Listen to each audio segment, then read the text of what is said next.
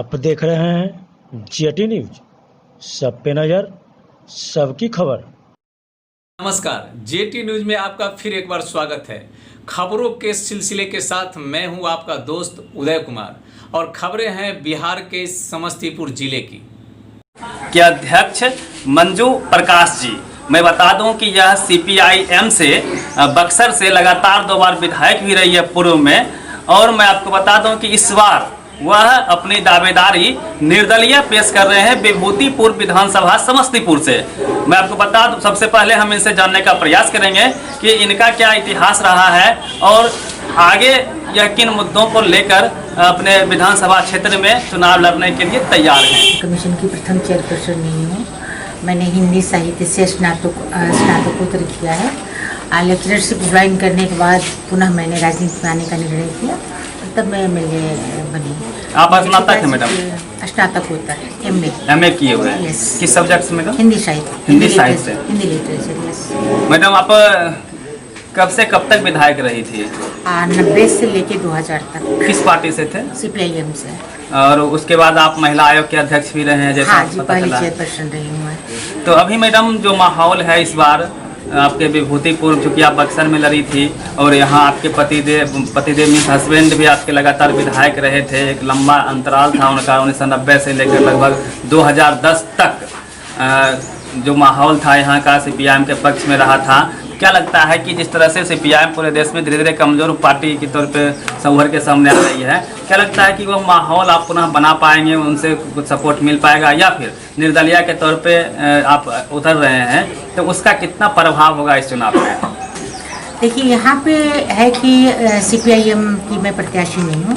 CPIM ने जिसको ticket दिया उसके बारे में मुझे कोई कमेंट नहीं करना है। मिस्टर रामदेव वर्मा के यहाँ एमएलए नहीं रहने के बाद गंभीर रूप से बीमार चल रहे हैं।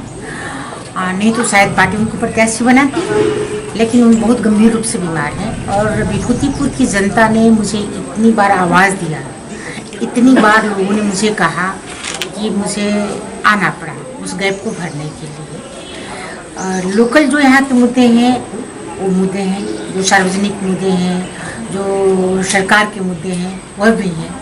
सबसे पहले शिक्षा है। शिक्षा में कमी है, बहुत ही खराब स्थिति है शिक्षा की। एजुकेशन सरकार की बात करें तो 2 तरह की बातें हैं। एक तो सरकार का एजुकेशन पॉलिसी बहुत ही खराब है, गरीब लोगों के पक्ष में एकदम नहीं है। तमाम चीज़ों का निजीकरण हो रहा है, जिससे बेरोजगारी कितनी बढ़ रही है आप देख रहे हैं। तो रोजगार देने का वादा करके आने वाली सरकारों ने जिस तरह से 2 बार ये सरकारें आई और जिस तरह से बेरोजगारी का दर बढ़ रहा है वो आप लोग बहुत बेहतर ढंग से जानते हैं। मैडम, जिस तरह से नीतीश कुमार लॉकडाउन में घर वापस आए मजदूरों से कह रहे थे कि उनको यहीं पर काम दिया जाएगा, यहाँ की इंडस्ट्रियाँ खोली जाएगी, क्या लगता है कि वो अपने वादे में सफल हो पाए? मजदूर तो भी पलायन कर रहे हैं। नहीं हो पाए और मजदूरों को पुनः पलायन करना पड़ रहा है। जो मजदूर यहाँ पे आके रहे उनकी स्थिति बहुत खराब है। कहने के लिए बहुत सी बातें कही गई हैं। नीतीश के बड़े बड़े होल्डिंग लगे हुए हैं कि भ्रष्टाचार मुक्त भारत, भय मुक्त बिहार, भ्रष्टाचार मुक्त बिहार। ये पटना के सड़कों पे और जगह जगह जिलों में इस तरह के बड़े बड़े होल्डिंग्स लगे हुए हैं। लेकिन मैं पर्सनली अगर विभूतिपुर की बात करूँ तो मतलब भ्रष्टाचार तो यहाँ पे चरमोत्कर्ष पे है, जिसकी कोई सीमा नहीं है। मतलब यहाँ के जो वर्तमान विधायक हैं जदयू के हैं, क्या नीतीश को अपने विधायकों के बारे में पता नहीं है? क्या नीतीश ने कभी अपने विधायकों की आर्थिक स्थिति की समीक्षा नहीं की है? वो एमएलए बनने से पहले उनके पास कितनी प्रॉपर्टी थी, आज उनके पास कितनी प्रॉपर्टी है? परसों जब मैं आ रही थी तो ड्राइवर ने जब बताना शुरू किया कि ये मैडम जानती है विधायक जी का होटल है, ये विधायक जी का कॉलेज है, विधायक जी का स्कूल है। आई कांट इमेजिन कि किसी विधायक को इतनी फुर्सत यह सब कुछ बनाने की। आपने बस स्टैंड की जमीन घेर के पार्किंग बना ली, आपने रेलवे की जमीन घेर के अपना कुछ बना लिया। और ठीक है, एमएलए लोगों पे भ्रष्टाचार के आरोप लगते रहते हैं, ब्यूरोक्रेट्स पे भी लगते हैं, लेकिन विभूतिपुर का प्रशासन यहाँ के विधायक के करप्शन से तबाह है। वह नहीं रहना चाहता विभूतिपुर में। विभूतिपुर अनुमंडल, समस्तीपुर डिस्ट्रिक्ट और विभूतिपुर ब्लॉक का पदाधिकारी माने यहाँ के जदयू के विधायक से उनके करप्शन से तबाह है कि वह जनता का काम करे, कि विधायक जी को पैसा पहुंचाए, कि विधायक जी का कहना माने, इससे वो तबाह है। मैडम तो क्या नहीं, मैं पूछने की सबसे बड़ी बात है कि जो करप्शन मुक्त भारत की बात करते हैं, बिहार की बात करते हैं, नीतीश को क्या लगता है कि विभूतिपुर उसमें नहीं आता बिहार के अंदर?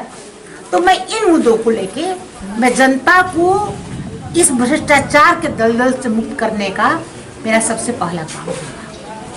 मैडम जो आप एक महिला हैं और महिला का जो भागीदारी है विधानसभा में बहुत कम होता है, आबादी इनकी 50% होती है, लेकिन जब आप भागीदारी की बात करेंगे तो काफ़ी कम होती है विधानसभा।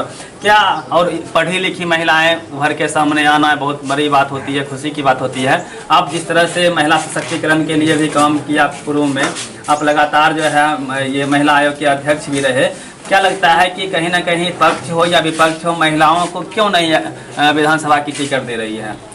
देखिए, ये वर्षों से जो हमारे यहाँ पुरुष प्रधान हमारा समाज है, तो आप महसूस करेंगे कि अगर पुरुष को किसी कहा जाए कि आपकी पत्नी बहुत सुंदर है तो उसको गुमान होता है। आपकी पत्नी बहुत अच्छा खाना बनाती है तो उसको गुमान होता है। आपकी पत्नी बहुत अच्छा ये सिलाई करती है तो उसको गुमान होता है। लेकिन जैसे ही किसी पुरुष को यह कह दिया जाए कि आपकी पत्नी तो आपसे तेज है, ये बात उसको सहन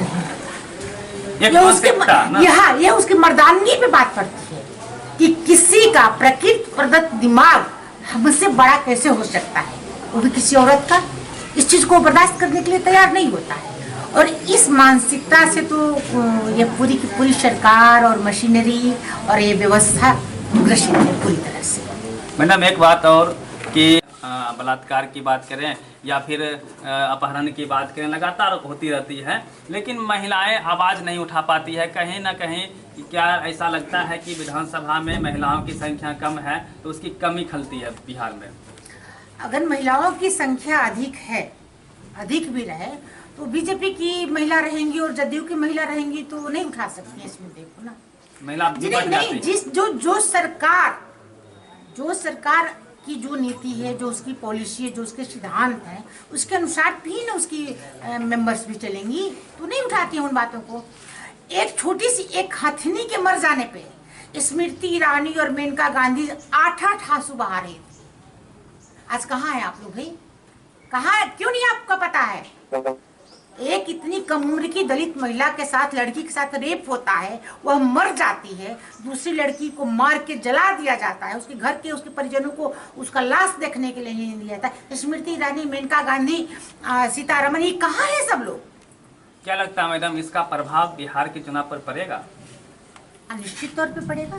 जनता बहुत आक्रोशित है, जनता बहुत परेशान है, दुखी है, निराश है, हताश है, बेरोजगारी से, भ्रष्टाचार से, महंगाई से। मैडम नीतीश जी कहते हैं कि हमने महिलाओं के लिए बहुत काम किया, पंचायत के चुनाव में 50%